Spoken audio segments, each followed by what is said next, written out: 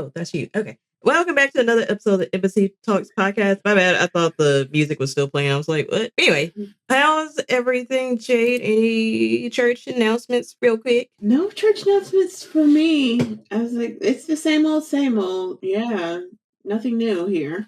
So yeah, how about you? Nothing I'm ready to announce right now. Yeah. So nothing new still. I'm trying to think of.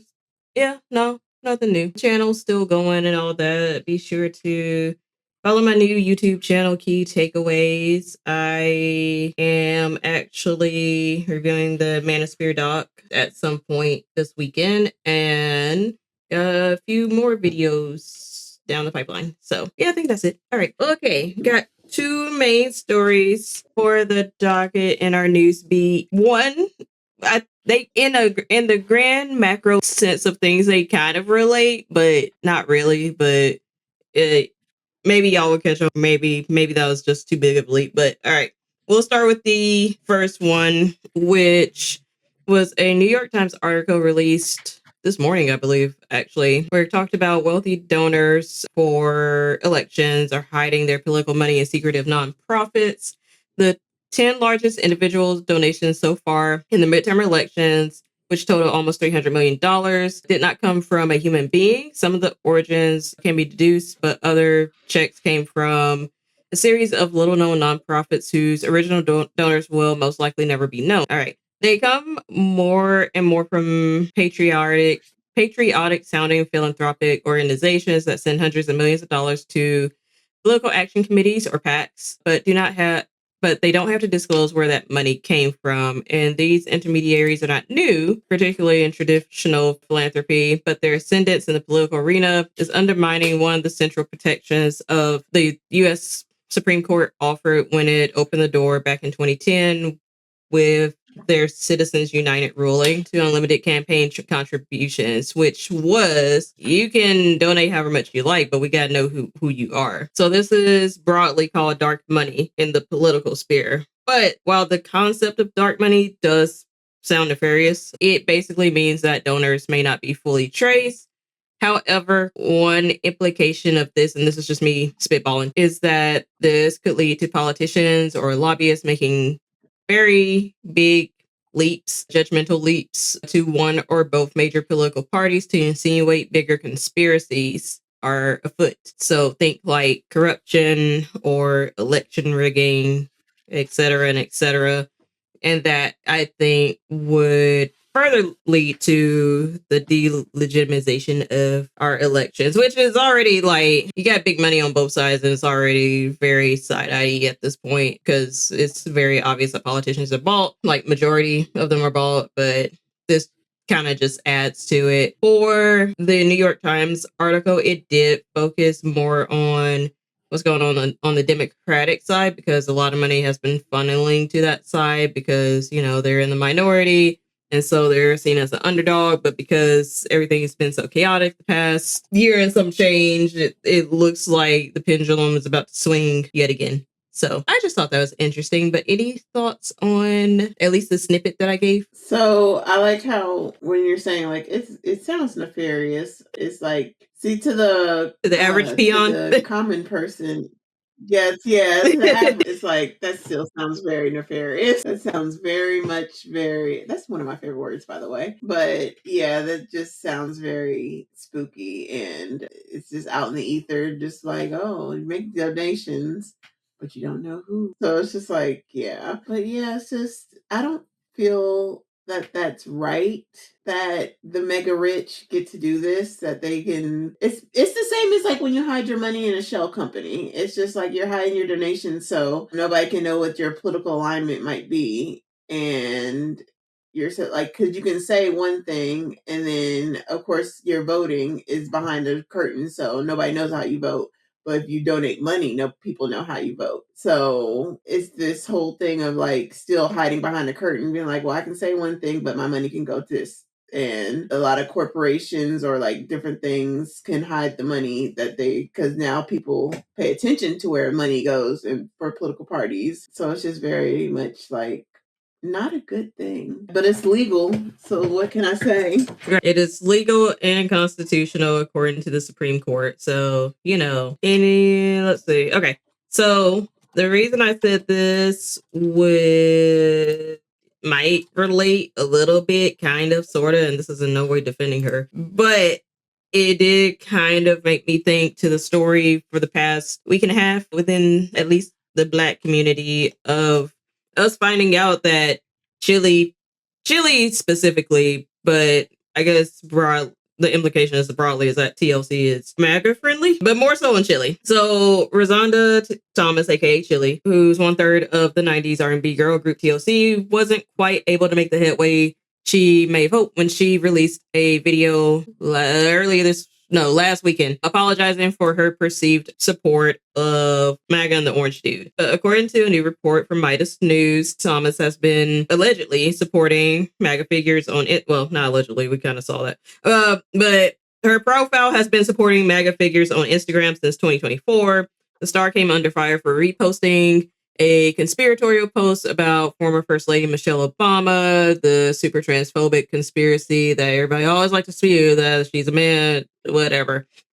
Which led to reports that Starr had also made political donations to Trump and MAGA. As an aside, I believe Chili said that she accidentally reposted the post about Michelle Obama, which I will say I have been almost guilty, if not somewhat guilty, but mostly almost guilty. I usually catch myself of a sleep repost, but my algorithm usually isn't on the side where people are conspiring that Michelle Obama's a man. So, it kind of, yeah, it kind of trades off. Yeah, it's not my algorithm, but Thomas released an apology video and posted a statement to Instagram declaring that she didn't know her funds would specifically support Trump, but the new report does tell a different story. So for years she has liked posts from specifically Republican Florida Representative Byron Donalds, who, if you don't know, is a representative. I don't know which district in Florida, but is a representative of Florida who's Black MAGA, basically circulates talking points on his social media. And Chili also said in her video that the uncovered donations were a result of her not reading the fine print. And she thought, this is why I was like, this might tie into the first story, but she thought she was supporting causes against human trafficking and for veterans. If these super rich mega millionaires / billionaires are hiding their sort of donations within these super patriotic, super patriotic nonprofits, then I can see that if you don't read, how you might confuse that when you make your political donations. However, again, and I will probably say this in a video that I might be working on. I am also of the thought that Chili might be a little slow with it. It's like you either slow or you support it, but I don't know. It's giving one or the other or both. But anyway, even before Midas published her years-long support of right-wing social media posts, the singer was following several conservative figures besides Byron Donalds, which includes Donald Trump Jr., Tommy Lauren, and this is according to Huffington Post or HuffPost. But she has since unfollowed these accounts in the wake of the controversy. Now, slight defense, the official political accounts, so president, vice president, first lady, those are not the same. They change with the administration. So if you were following the previous administration, you got to double check, make sure that So I will give grace on that. But outside of that, everything else is like, well, I'm still just like, girl, you might just be a little slow. 55 years old. Would a 55-year-old be like online literate enough to like be aware of all this stuff? But yes. I stopped myself and I was like, I look at some of my family. I don't think they would go that far into like right wing, but AI gets them every time. So anyway, my point is like I honestly don't care. I honestly don't care if the sport is like, okay, I am more so like, I wish you'd be honest and just be like, yeah, I did it. That's my thing, instead of being like, oh, I didn't know I was following. I thought I was supporting. I mean, you could be for stopping human trafficking and supporting veterans, but those are also things that a lot of people, at least in 2024, believe that the right side of the house were very pro So, which is why I was like, while I can believe she's for those causes, and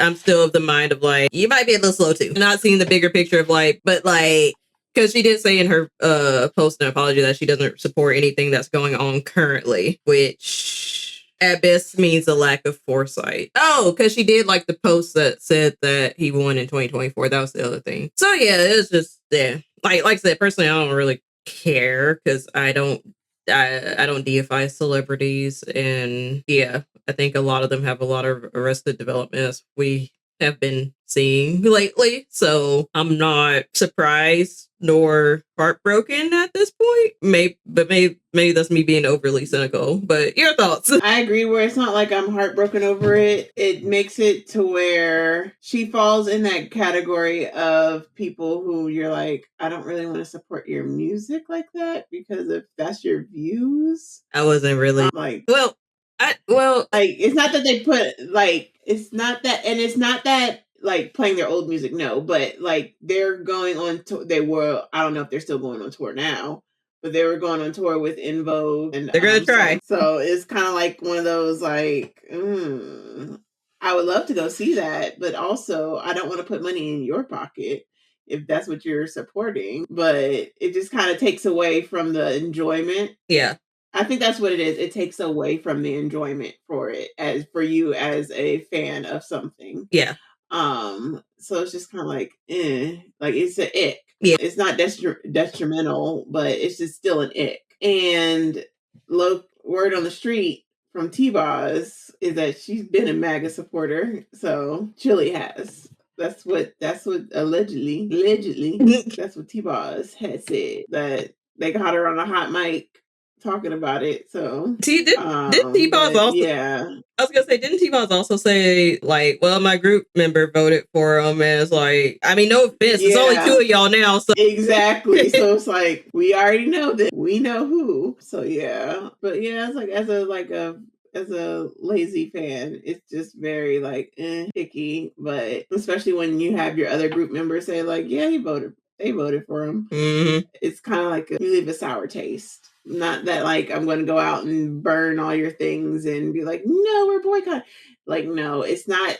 And you know what? It's not the same severity as it is as like Gwen Stefani, how she built her career off the backs of Black and Asian culture. And then after a certain point, she turned and it was like a Black Asian culture type thing. Yeah. And then all of a sudden now she's super MAGA. So, and it was just, yeah. So that one, I was just like, yeah, I like your old stuff, but I can't support anything from you. Like, I used to wear like my No Doubt shirts and things like that. Like it felt weird wearing it. Yeah. Like, I don't support you. Yeah. But yeah, it's kind of, but it's not as severe as that, but it's still just one of those things where it's just like, and you should know where your money is going. I don't care if you saying like you said, are you a little slow? Because I definitely read where my money going. Exactly. Anytime I pay for anything, and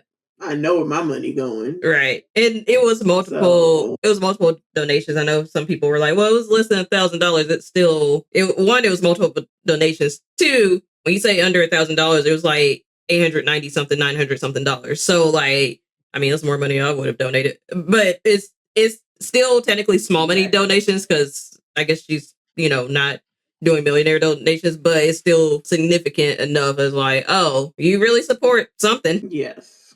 Now every time when What About Your Friends comes on the radio, I'll get a little sad. I do like that song, but damn it. Anything else on Miss Chilli though? Anything else you mean on her name called that? Nothing else on Rosanna. Okay. Moving on to Creator Hub, since we've been out, it's quite a bit to catch up on. So on Twitch changed their terms, stating that they will remove partner status from secondary accounts if you exit the DJ program. If you're a DJ, sorry. Caveat, if you're a DJ. But they will remove partner status from secondary accounts if you exit the DJ program, but partner DJs can't apply to partner to a secondary channel for non-DJ content. So you have your DJ account if you want to, but you can't, your secondary account can't be partner linked. Like they both can't be partnered unless you grow that secondary account organically and it's non-DJ. There you go. All right. Twitch partnered with LinkU to launch college athletic streaming opportunities. Back in the teleprompter up. All right. Twitch improved the mobile streaming experience with adjustable chat, activity feed, and picture-in-picture multitasking, which is new for streamers. Also, in light of major problems at TwitchCon San Diego 2025, which was very much issues when it came to like meet and greets and consent when it came to those meet and greets. Twitch says it will implement new safety measures at future TwitchCons. Those changes include stricter meet and greet requirements, additional security, and other procedures.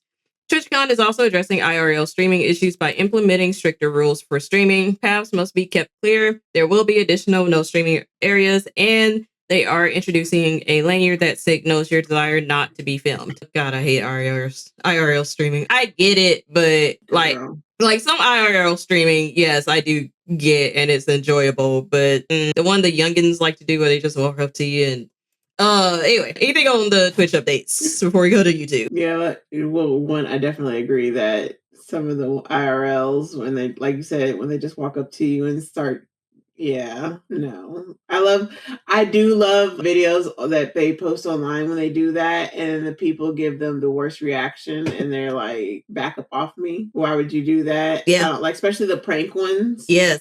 And they'd be like, why are they acting like that? And it's like, because I'm a person and you're in my personal space. Duh. But yeah, but I digress. I don't know if a lanyard is going to really stop people from filming people because, again, people act like they don't respect other people's boundaries. Right. So yeah, but I mean, kudos to them for trying to have something in place to where it can at least help identify us that way. Like, no, I don't want to be filmed, and have that on to not be a part of it as like a main focal point. But hopefully, it's not like them a-hole streamers who go around and make fun of people and be like, look at them. So yeah, and kudos to Twitch for improving their mobile streaming, because if you've ever done it, it's always been just not the greatest at all. And it's needed an update for a long time. So, because I've tried to do it back in the day, we can actually say that because we've been at this for a long time now. But back in the day, it attempted to do it a couple times, and it's just not that friendly. Like, it's not that it's hard, it's not that it's not user friendly. It's just that it's very technically behind. So yeah. Also, I'm glad that they're having it to where with the DJ program where people can't just basically ride off of their partner status from one channel to migrate it to another. Where it's like, no, you have to actually grow your channel and let it be its own thing. Yeah. To get to that status on this one, not just be like, oh, I'm part, because no lie, especially like celebrities, they throw a partner to them so quick, and it's just like, why? And people tune in, but why? Yeah. When like you have actual streamers that work really hard and have really good content, but they don't get the same opportunity because they're not at a celebrity status. So yeah, but that's all I got on Twitch. Moving on to YouTube. YouTube is launching a new unskippable 30-second ad product on TVs. YouTube is also expanding access to likeness detection to politicians and journalists. This is basically the detection that people can, verify, whether or not they actually said it or if it was a deep fake. YouTube is surveying to improve AI slop and make it less noticeable that's AI slop. And YouTube has partnered with 2026 FIFA World Cup. I'm kind of surprised we're still having that, but okay. YouTube is also lowering the eligibility criteria for creators to access YouTube Shopping affiliate program. You can now gain access with 500 subscribers. Neat. I can open that up on one of my channels. YouTube is evolving its creator partnerships platform, formerly Brand Connect, to allow brands to search for creators and pitch them directly. YouTube will not take a percentage of your brand deals from that. And a jury found, this trial has been going on for a couple weeks, jury found Instagram and YouTube are liable in a landmark social media addiction trial. This was a trial where I think the plaintiff is 19 now, but she sued saying that at least starting at, well, forget her starting age, but I know 16, the age 16 was in there, but she alleged that Instagram and YouTube's algorithms enable her to become addicted as a teenager. And so she sued in a civil lawsuit, obviously, Instagram and YouTube for being liable for being addicting to teenagers specifically. And this could have implications that, well, in a normal world, in a normal country, this would have implications that, oh, maybe we'll have age verification and maybe a possible social media ban for under 16s. But here in America, where a lot of these sites were founded, I highly doubt that will really get legislation anytime soon. So I don't know what the implications are, but normal times that would be the implications. I can't speak for now, but one can dream. Your thoughts, though? I'm still stuck on, well, before I even get to that, unskippable ad. Are we for real? That's yeah, no. I don't. I hate that. I really hate that. So yeah, but business wise, I get it. But still, it's just like for on the consumer end, it's like an unskippable ad on TV. I watch YouTube on TV, so that's hella annoying. To be like, because no shade, but that St. Jude ad is terribly sad. So I skip it as soon as I have the opportunity to do it. Like you So get it, like I do not need to be. like you get the point once, but the fact, yeah, it's a reoccurring ad too. So it's like, ooh, all right. So I'd be like, ooh, okay, it's not. I'm not trying to be depressed right now. We're gonna skip. I was like, my heart goes out, but I can't watch this over and over and over again. So yeah, but for them to be like, oh nope, we're gonna have 30-second ads and you can't skip it. And this is the whole point of we're living in a society where now we're so used to being able to skip ads and we stream everything and have ad-free experiences. So when we do have a ad, which is the old school, which is the new version of a commercial, we're just kind of like our attention span is like, no, I don't want this. Right. Like if I wanted a commercial, I would have regular TV and like not a streaming service. Don't let it be. So yeah. Don't let it be election season where you get all the political ads. Girl, because the way I was watching something with my sister and a political ad came on for Georgia, and that man said, and the transgenders, and my head popped up like, excuse me? And I was just like, when he said the transgender, I was just like, oh my God, what is this? Let's skip this ad right now. I was like, because I don't know what this cockamamie is. Oh, but yeah. So YouTube on that, y'all suck. It makes sense for them to be partnered with FIFA because a lot of big corporations partner with different things and different. So that just means that we'll probably get coverage of the World Cup on like live coverage, which would be cool to have sponsored streams and things like that for it. So we can actually watch it for people who are interested in soccer, aka football. So yeah, and it's actually going to be kind of cool. I think it's cool too, also just because of FIFA, because it's going to be here.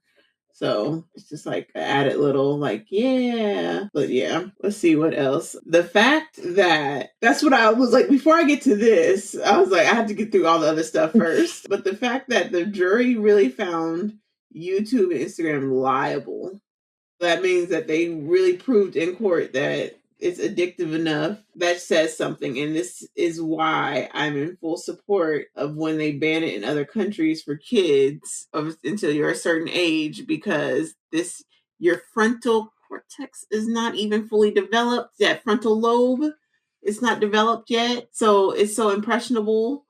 And listen, social media be melting full on adults' brains. So imagine what it's doing to. Exactly, because brain rot is real, as the kids call it now. And yeah, it's bad. Like I put on stuff sometimes just to doom scroll, just to be like, my brain shuts down and I just scroll.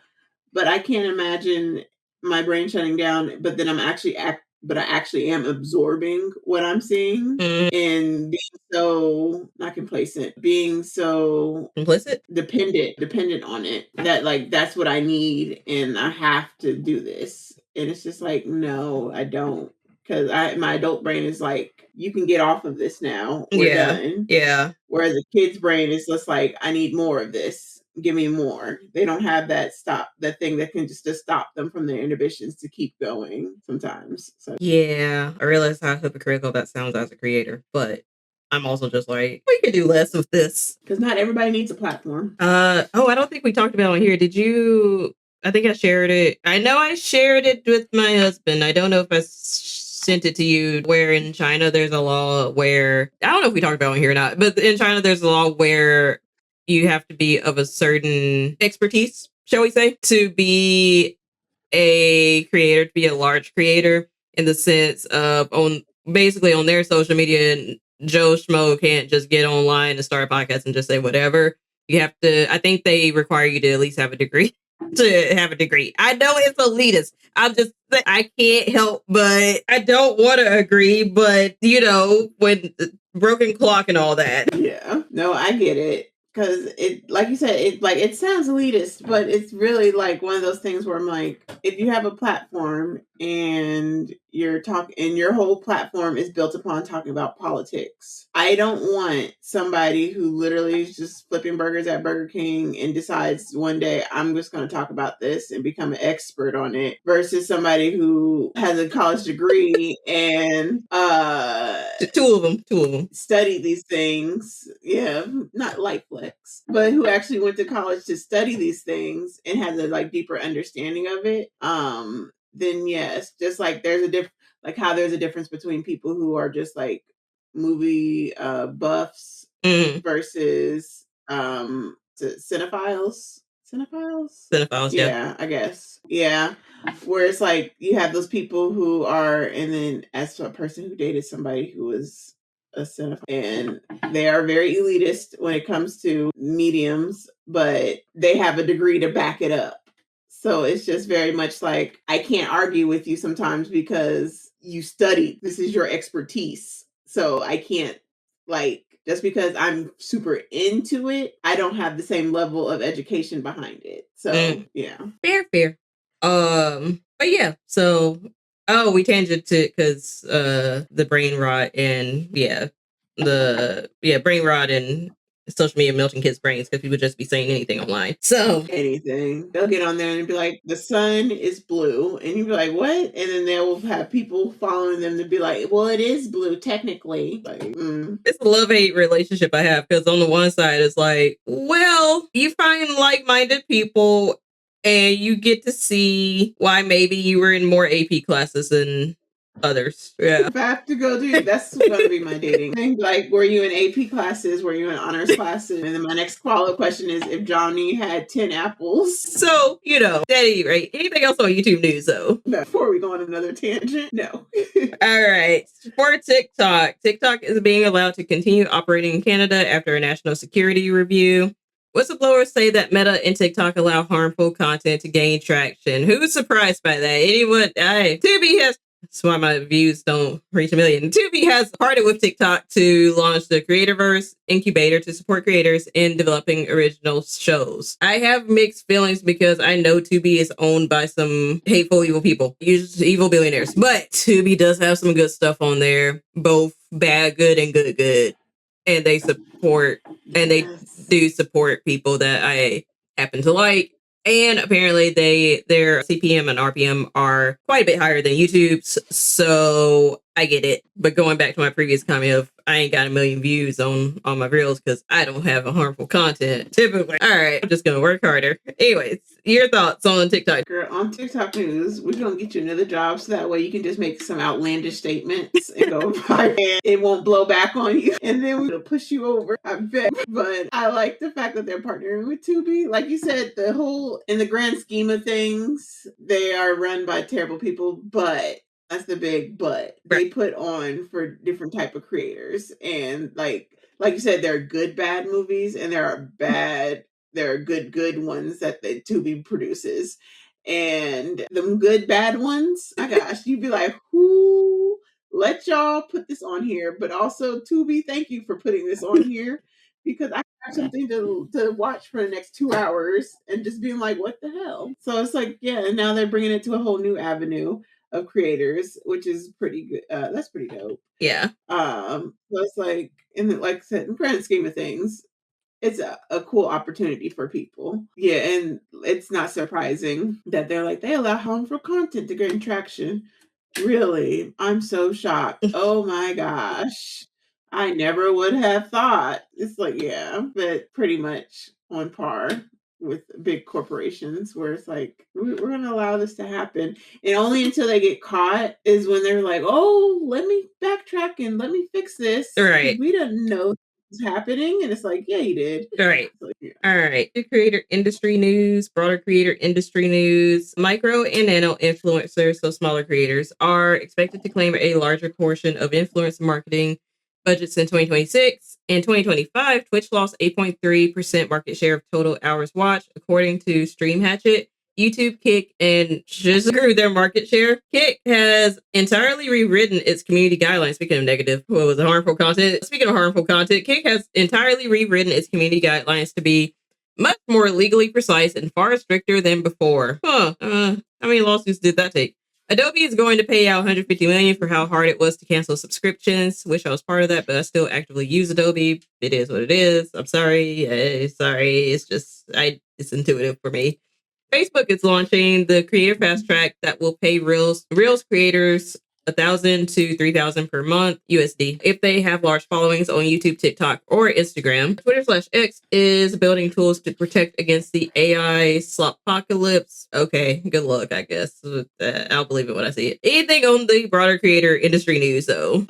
Like you said, for Kick, I am. First of all, we called this years ago when Kick first came up, and they were just the Wild Wild West, and we said like one day they're just going to flip the script and be more like, oh, well, actually, you can't do this. So this is something that's been like, when was that shoe going to drop? Because they weren't just going to forever be the Wild West. Like you have to, at a certain point, you have a board to answer to, and like you said, how many lawsuits does it take? So yeah, and I want to know if Adobe, y'all got some money for me, because the way that canceling that subscription was terrible, and then if you're locked and they lock you in, you can't cancel it early without paying a fee, and it was terrible. So I was paying for it monthly and never used it. I used it 1 month.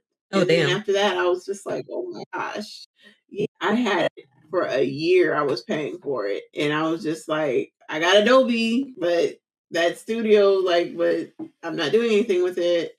I was using Canva more. So I was just like, oh, I can do all my stuff on here. Yeah. But yeah, so yeah, I like the creative fast track where they will pay creators, actually pay them money if you have enough, large enough following, because that little, if it sounds small, it'd be like 1,000 to 3,000, but it's just like that's extra income that Right. for a lot of streamers, for people who are just up and coming, especially, and maybe they're gaining traction, and so they're going to put out more and be more consistent if they're having money coming in for their material that they're producing. So yeah.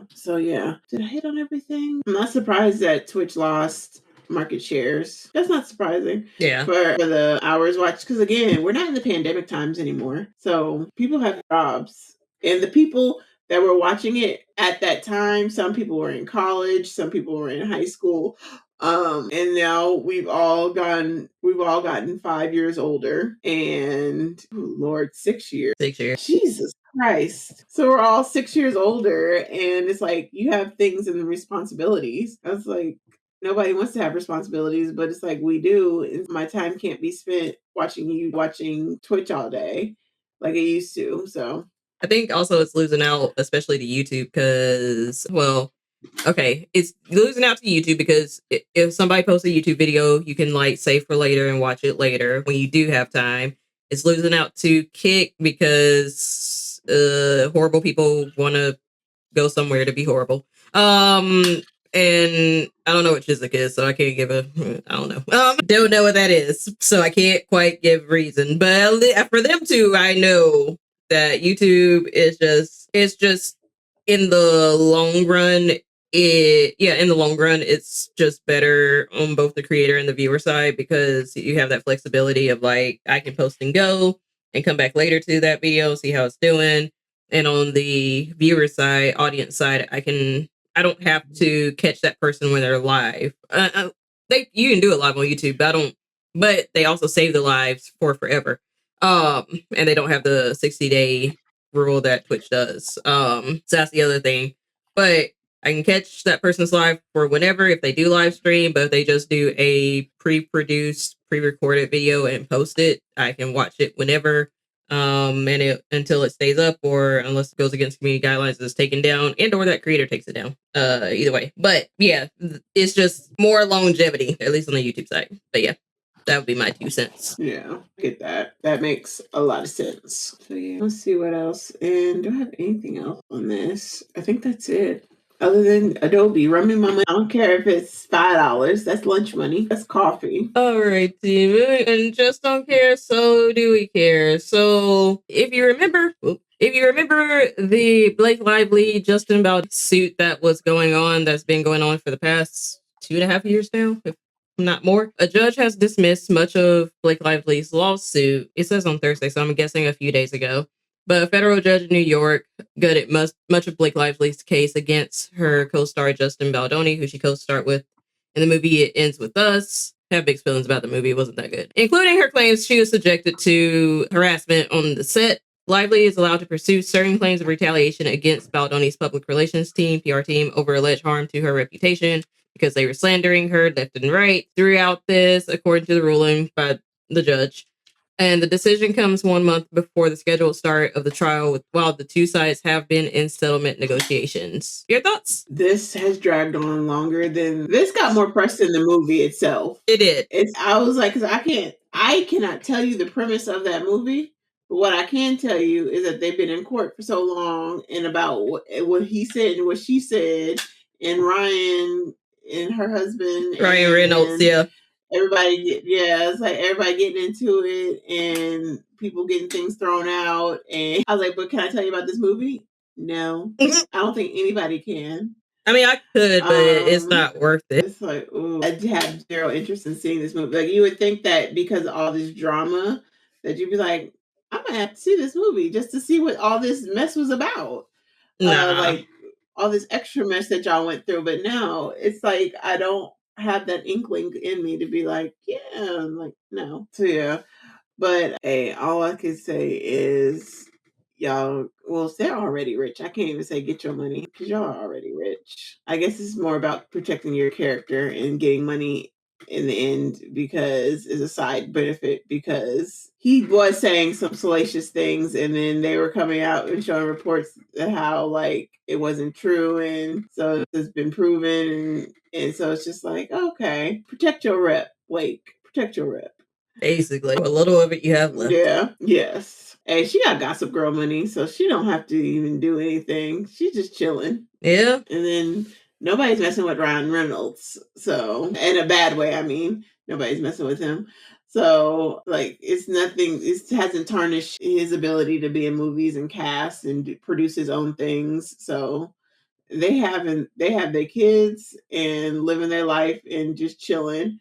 So, and all it is right now is just like, you try to tarnish my reputation, so I'm coming after you. Yeah. So it's like, okay. But she has movies coming out. Actually, she does still have movies coming out because they did the second movie to the one with Anna Kendrick. I forget the name of the movie, but the one where she, in the first one, she fakes her death and then they try to figure out what happened to her. And like she becomes best friends with her. And then I forgot the name of it, but I watched it. I actually liked it. And they're having the second one because she was just like this fabulous mom. And then she became friends with the other mom. And then, yeah, she was just kind of like that homely, like, oh, yeah, let's hang out. Like, why would you want to be friends with me? And yeah, it was just kind of one of those kind of things. But it was a good movie. But yeah, that got so off target. But anyhow, I'm a Blake Lively fan, so protect your rep. And I take your word for it for the movie. Yeah, that's it on Blake and Justin Baldoni, who I don't even know who this man is.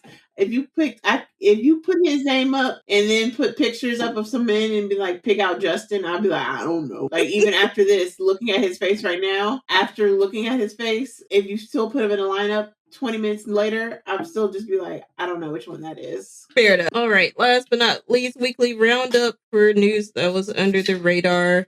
So there's going to be an Animorphs TV series remake in that's in development at Disney Plus, and Ryan Coogler Proximity Media is going to produce it, executive produce it. So the official logline states that the show follows a group of teenagers who uncover a hidden threat lurking beneath their everyday lives, all while juggling relationships, curfews, and the chaos of high school. I never watched it. It was a show, right? I'm not making that up in my head. I know it was books. It's definitely I books. don't know if it was a show. Okay. Well, I definitely have not read the books. I was a Goosebumps person, which I would have figured like it probably was an easy leap from Animorphs to show. Goosebumps. Okay, it was a show. I was like, it was a show. Nor I did not. What? Sean Ashmore was in it? I didn't watch it either, but I definitely didn't read it. I was more on the Goosebumps side of the house in early childhood, so it was like I wasn't really into Animorphs. I think it was like slightly before my consciousness came about. So yeah. But, you know, making a remake TV series, so there's that. And Ryan Coogler is putting money behind it. I love how he's doing the side quests in his career, but I ain't got much more on that. But I didn't know if you had anything to add. Nothing really much to add. I was just shocked that Sean Ashmore, aka the Ashmore twin, it was in X-Men. Because always people forget which one. You'd be like, which Ashmore is this? Because you'd be like, it was Bobby.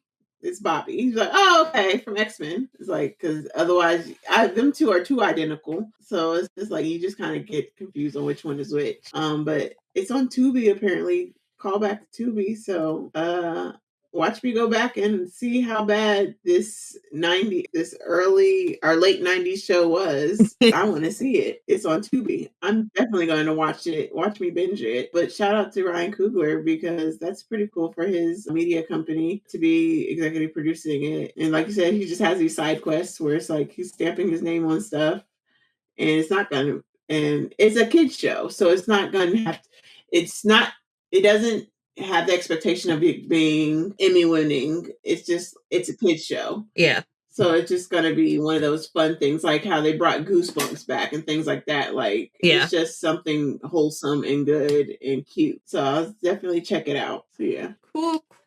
I rate that tight hour. Cool. That wraps up another episode of the Talks podcast. We appreciate y'all for coming out and watching. If you are watching or listening to this, where all podcasts are found, and or watching this on YouTube. There we go. But we might be back next week if we can get an early show. But until then, yeah. Until then, we'll catch y'all later.